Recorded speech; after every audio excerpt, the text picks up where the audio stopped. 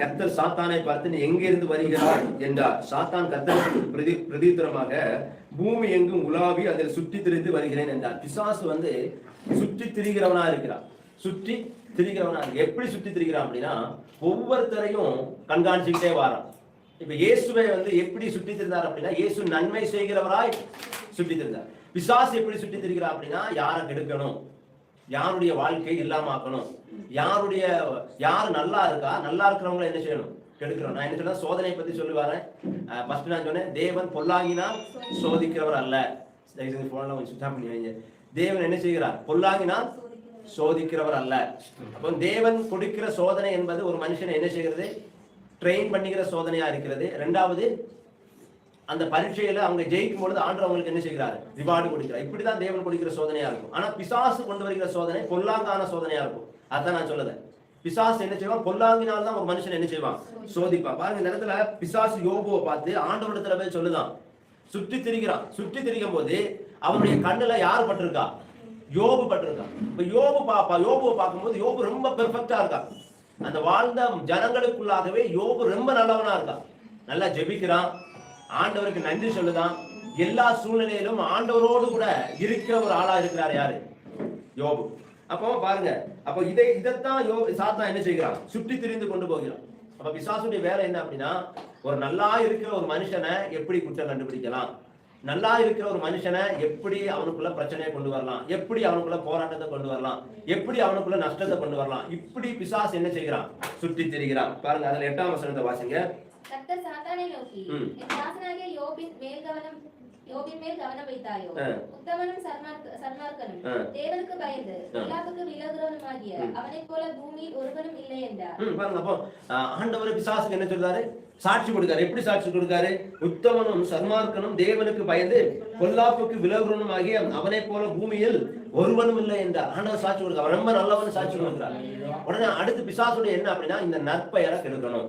ஆமே, இன்னைக்கு இந்த பூமியில ஒரு ஆள் நல்ல பேரோட இருக்காரு அப்படின்னா, ஒரு நல்ல ஒரு ஊழியக்காரா இருக்கட்டும், நல்ல ஒரு மனுஷனா இருக்கட்டும், அவருடைய பேரை கெடுக்கிறது யாரு சொல்லுங்க, பிசாசு. ஆண்டவரு யோபு பத்தி சாட்சி கொடுக்கிறாரு, அவன் உத்தமனும் சன்மார்க்கனும் தேவனுக்கு பயந்து பொல்லாப்புக்கு விலகுறவனுமாகி அவனை போல பூமியில் ஒருவனும் இல்லைன்னு சொல்லி ஆண்டவர் சாட்சி கொடுக்கிறார். இப்ப இந்த சாட்சியை, இவனுடைய நற்பெயரை பிசாசுக்கு எப்படியாவது கெடுக்கணும். ஆமே, இப்போ ஒரு மனுஷனுடைய பேரை கெடுக்கிறது யார் அப்படின்னா பிசாசு. இந்த நிறைய சமயத்துல நீங்க பார்க்கும்போது, இன்னைக்கு யூடியூப்ல அதுல எல்லாம் ஊழியக்காரங்களுக்கு விரோதமா நிறைய பேர் பேசுறாங்க. அவங்களுடைய பேரை சொல்லி அவங்கள பத்தி தவறா அதை ஷேர் பண்றதும், கேட்கறதும், கமாண்ட் பண்றதும் நிறைய ஆளுங்க என்ன செய்றாங்க, இருக்காங்க. இப்ப இதெல்லாம் யாரு செய்யறா அப்படின்னா பிசாசு தான் செய்யறா.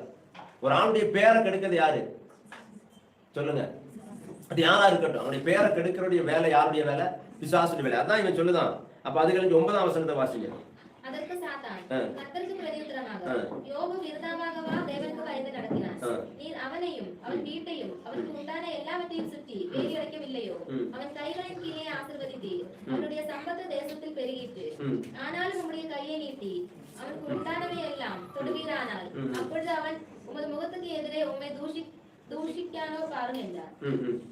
அதுல 10ஆம் வசனத்தை வாசிக்கும் பொழுது, நீர் அவனையும் அவன் வீட்டையும் அவனுக்கு உண்டான எல்லாவற்றையும் சுற்றி வேலி அடைக்கவில்லையோ, அவன் கைகளின் கிரியை ஆசீர்வதித்தீர், அவனுடைய சம்பத்து தேசத்திலே பெருகிட்டு. அடுத்து பிசாசு எதுல கான்சன்ட்ரேஷன் பண்ணதான் அப்படின்னா, அவனுடைய நன்மையில கான்சன்ட்ரேஷன் பண்றான். எப்படியாவது ஒரு மனுஷனுடைய நன்மையை இல்லாம ஆக்கணும். இது யாரிடத்துல இருந்து வருகிறது, பிசாசுடைய கிரியை. நல்ல ஆசீர்வாதமா இருக்கிற ஒரு மனுஷனுடைய ஆசீர்வாதத்தை கெடுக்கணும். நிறைய பேர் சொல்றாங்க பிசாசு கொடுப்பாம், நிறைய பேர் சொல்றாங்க பிசாசு யாருக்கு என்ன செய்ய மாட்டான், கொடுக்க மாட்டான், கொடுங்கத்தான் செய்வான். இல்லையா, பாருங்க, இந்த யோபனுடைய அந்த அத்தனை நன்மையும் பார்த்துட்டு இவனுடைய நன்மை எல்லாம் பிடுங்கணும். யோபுவை தரித்திரமானாய் மாற்றணும். யோபு என்ன செய்யணும், தரித்திரமானாய் மாற்றணும். இதுதான் அவன் என்ன செய்கிறான். பாருங்க, அடுத்து 11 நம்ம வாசிக்கும் பொழுது, ஆனாலும் கையை நீட்டி அவனுக்கு உண்டானவை எல்லாம் தொடுவீரானால், அப்பொழுது அவன் உமது முகத்துக்கு எதிரே உம்மை தூஷிக்கானோ பாருங்க என்றார். பாருங்க, அதுல அவனுடைய நன்மை எல்லாத்தையும் இழக்க பண்ணணும், அவன் ஒண்ணுமே இல்லாம ஆகணும். இதை என்ன செய்கிறான், பிசாசு விரும்புகிறான். இப்படிதான் பிசாசு ஒரு மனுஷனுடைய வாழ்க்கையில சோதனையை கொண்டு வருவான். ஆமென். அதுல 2ஆம் அதிகாரத்துல 4ஆம் வசனத்தை வாசிப்போம். யோபு 2:4ஆம் அதிகாரம். சாத்தான் கர்த்தருக்கு பிரதியுத்தரமாக, தோலுக்கு பதிலாக தோலையும் தன் ஜீவனுக்கு பதிலாக பதிலாக தனக்கு உண்டான எல்லாவற்றையும் மனுஷன் கொடுத்து விடுவான். ஆனால் நீர் உம்முடைய கையை நீட்டி அவன் எலும்பையும் அவன் மாம்சத்தையும் தொடுவீரானார், அப்பொழுது அவன் உமது முகத்துக்கு எதிரே உம்மை தூஷிக்காம பாரும் என்றார். அப்பொழுது கர்த்தர் சாத்தானை நோக்கி, இதோ அவன் உன் கையில் இருக்கிறான், ஆகிலும் அவன் பிராணனை மாத்திரம் தப்பவிடு என்றார். அடுத்து நாலாவது என்ன செய்யறான் அப்படின்னா, அவருடைய சரீரத்துல கை வைக்கிறான், வியாதியை கொண்டு வரான். அப்ப 3 வித, ஃபர்ஸ்ட் பேரை கெடுக்கிறான், 2வது என்ன செய்யறான் பிசாசு, அவன் சொத்து எல்லாம் அழிக்க பாக்குறான். அடுத்து என்ன செய்யறான், சரீரத்துல வியாதியை கொண்டு வருகிறான். யோவான் 10:10 வாசிக்கும் போது பிசாசு எதுக்கு வர அப்படின்னா, கொல்லவும் அழிக்கவும் திருடவும் வருகிறான். அப்ப பிசாசினால் அப்ப பிசாசினால் வருகிற சோதனை எப்படி இருக்கு, கொல்லாங்கா இருக்கு. ஆண்டவர் கொடுக்கிற சோதனை எப்படி இருக்கு, ஒரு மனுஷனை ஜெயிக்கும்படியாக இருக்கிறது, அவனுக்கு அடுத்த வட்டம் ப்ரொமோஷன் கொடுக்கிற மாதிரி இருக்கு, ஒரு மனுஷனை ட்ரெயின் பண்ற மாதிரி இருக்கு. ஆனா பிசாசின் இடத்துல வருகிற சோதனை இழப்புகளை கொண்டு வருது. நீங்க ஆபிரகாமை ஆண்டவர் சோதித்த விதமும், இந்த இடத்துல ஆண்டவர் யாரை சோதிக்கல, யோபுவை சோதிக்கல. நிறைய பேர் என்ன நினைக்காங்க அப்படின்னா, ஆண்டவர் தான் யோபுவை சோதிச்சுட்டாங்க நினைக்காங்க. அப்படி கிடையாது. பிசாசு சோதிக்கும்படியாக ஆண்டவர் இடத்துல போற, ஆண்டவர் இடத்துல போய் பெர்மிஷன் கேட்கிறான். ஆண்டவரே நான் என்ன செய்யணும், யோபுவை சோதிக்கணும். சோதிச்சு நல்ல கடவுளோடு இருக்கிற ரிலேஷன்ஷிப்பை என்ன செய்யணும், பிரேக் பண்ணணும். அந்த கடவுளை பற்றி இவன் என்னெல்லாம் நல்ல தோட்டம் வச்சிருந்தாலும் அதெல்லாம் அவன் தவறா சொல்லணும். இது பிசாசு முடிவெடுத்து, பிசாசினால் தான் யோபு என்ன செய்கிறான், சோதிக்கப்படுகிறான். நிறைய பேர் இதை பேசும்போது வேற மாதிரி பேசிடுவாங்க. ஆண்டவர் சோதிச்சிட்டாரு, ஆண்டவர் யோபுக்கு வியாதியை கொடுத்துட்டாரு, ஆண்டவர் அவர் அழிச்சிட்டாருன்னு சொல்லி என்ன செய்வாங்க, பேசுவாங்க. இதுல வேற ஒரு காரியம் கூட இருக்கு பாருங்க. அதுல அந்த யோபு 1ஆம் அதிகாரத்துல 16ஆம் வசனத்தை வாசிக்கலாம். ஒரு ஆள் அவரிடத்தில் வந்து, எருதுகள் உழுகிற போது கழுதைகள் அவைகள் பக்கத்திலே மேய்ந்து கொண்டிருக்கிறது. சபையர் அவைகள் அதுல 1:16 இவன் இப்படி பேசிக் கொண்டிருக்கிறான். வேறொருவன் வந்து, வானத்திலிருந்து தேவனுடைய அக்கினி விழுந்து ஆடுகளையும் வேலையாட்களையும் சுட்டெரித்து போட்டது. நான் ஒருவன் மாத்திரம் தப்பி அதை உமக்கு அறிவிக்கும்படி வந்தேன் என்றார். பாருங்க, ஒரு வேலைக்காரன் ஓடி வந்து என்ன சொல்றான் அப்படின்னா, வானத்துல இருந்து என்ன செய்யுது, ஒரு அக்கினி வந்து, பாருங்க அதை எப்படி சொல்லுதான் அப்படின்னா, வேறொருவன் வந்து வானத்திலிருந்து தேவனுடைய அக்கினி விழுந்து ஆடுகளையும் வேலையாட்களையும் சுட்டெரித்து போட்டது. தேவனுடைய அக்கினி அப்படின்னு சொல்றாங்க. ஆனா அந்த இடத்துல தேவனுடைய அக்கினி கிடையாது. யாருடைய அக்கினி வருது, பிசாசுடைய அக்கினி. இப்ப சில சமயத்துல மின்னல் எல்லாம் வரும் பொழுது, மின்னல்னால அழிவு வரும்போது சிலவங்க ஆண்டவர் தான் மின்னல் அனுப்பிட்டாங்கன்னு என்ன செய்வாங்க. சிலது புரியுது, எத்தனை பேர் புரியுது. பிசாசும் இயற்கைக்கு மேல சில காரியங்களை பண்ணுவான். இந்த இடத்துல ஆண்டவர் பெர்மிஷன் கொடுக்கிறாரு. அதே சமயத்துல வானத்திலிருந்து அக்கினி யார் மூலமா வருது இந்த இடத்துல, ஏன்னா பிசாசுடைய களத்துல கர்த்தர் கொடுத்துட்டாரு. அப்ப பிசாசு பொருளாங்கினால்தான் ஒரு மனுஷனை சோதிப்பான். பிசாசு சோதிக்கிற ஒரு மனுஷனை பார்க்கும்போது இழப்பா இருக்கும், பிரச்சனை இருக்கும், பயங்கர போராட்டமா இருக்கும்.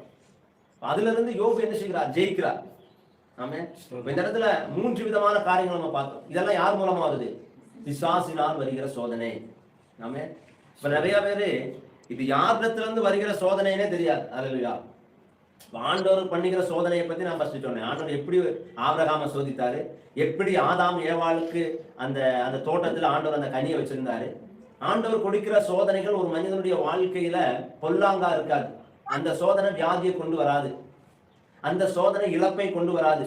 இழப்பு வருத மாதிரி இருக்கும், ஆனா இழப்பு வராது. பாருங்க, ஆபிரகாமுடைய வாழ்க்கையில ஈசாக்கு இழக்கிறது மாதிரி தான் வந்துச்சு, ஆனா இழப்பு வரல. அதுக்கு பக்கம் ஆசீர்வாதம் வருது. ஆனா இந்த இடத்துல யோபு நீங்க பார்க்கும்போது அப்படி கிடையாது. இழப்பு வந்துட்டு பிள்ளைகளை இழக்கிறான், தனக்கு இருந்த அத்தனை சொத்துக்களை இழக்கிறான், தன்னுடைய சரீரத்துல வியாதியினால் அவஸ்தைப்படுகிறான். இதுக்கு பிறத்தாடி யார் இருக்கா, பிசாஸ். அல்லேலூயா. பாருங்க, அப்ப பொல்லாங்கினால் பிசாஸ் என்ன செய்கிறான், ஒரு மனுஷனை சோதிக்கிறான். அப்ப இப்படிப்பட்ட சோதனைகள் என்ன செய்கிறது, ஒரு மனுஷனுடைய வாழ்க்கையை இல்லாமல் மாற்றுகிறது. ஆனா தேவ